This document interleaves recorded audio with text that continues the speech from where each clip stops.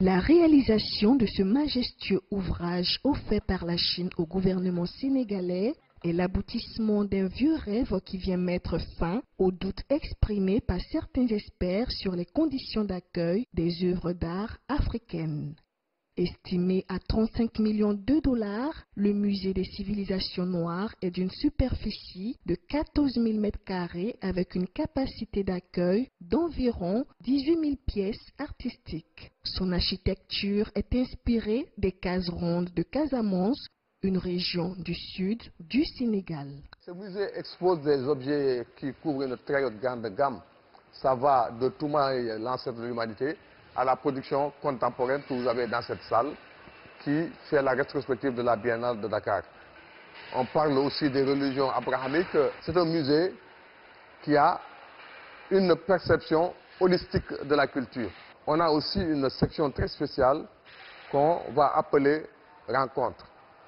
Rencontres, c'est des séries d'expositions où les civilisations noires rencontrent d'autres civilisations. Donc on peut recevoir ici des civilisations qui virtuellement n'ont rien à voir avec l'Afrique. On peut recevoir les Vikings, on peut recevoir les Han, on peut recevoir les Gaulois, toutes sortes de civilisations, parce que jusqu'à présent, ce sont les autres qui découvrent l'Afrique. L'Afrique a maintenant envie de découvrir les autres. Ici, vous avez la section consacrée au dialogue des masques. Une idée qui consiste à faire comprendre que, en fait, partout qu'on soit dans le monde, que ce soit en Afrique, en Chine, en Europe, en Australie, les communautés ont produit des masques. Et ces masques disent souvent les mêmes messages. Donc nous avons ici les masques nouveaux, qui sont d'ailleurs inscrits dans le patrimoine universel de l'humanité par l'UNESCO. C'est déjà un véritable complexe culturel que la Chine a offert au Sénégal ici. C'est un lieu de consécration, de monstration, d'exposition des civilisations africaines et des productions créatives qui sont issues de ces civilisations. Quand nous parlons de civilisations africaines, nous parlons de l'idée que l'Afrique a été le berceau de l'humanité. Il faudrait que nos jeunes comprennent à travers ce musée que l'Afrique est suffisamment entrée dans l'histoire, que ce musée qui fait face au Grand Théâtre, c'est également la Chine qui a construit le Grand Théâtre. Et nous en sommes infiniment reconnaissants au peuple chinois et au gouvernement chinois. L'idée du musée des civilisations noires avait été lancée par le premier président sénégalais, Léopold Sédar Senghor, lors du premier festival mondial des arts nègres en 1966 à Dakar. 50 ans plus tard, ce vieux rêve devient réalité grâce à l'aide de la Chine. Ce projet a non seulement un rêve du peuple sénégalais, mais aussi un rêve du peuple africain.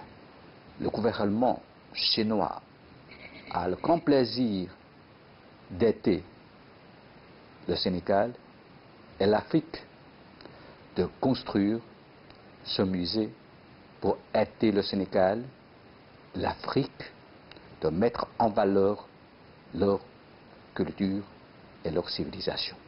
Le musée des civilisations noires traduit notre attachement commun au respect de l'égale dignité de la culture et des civilisations et à la sauvegarde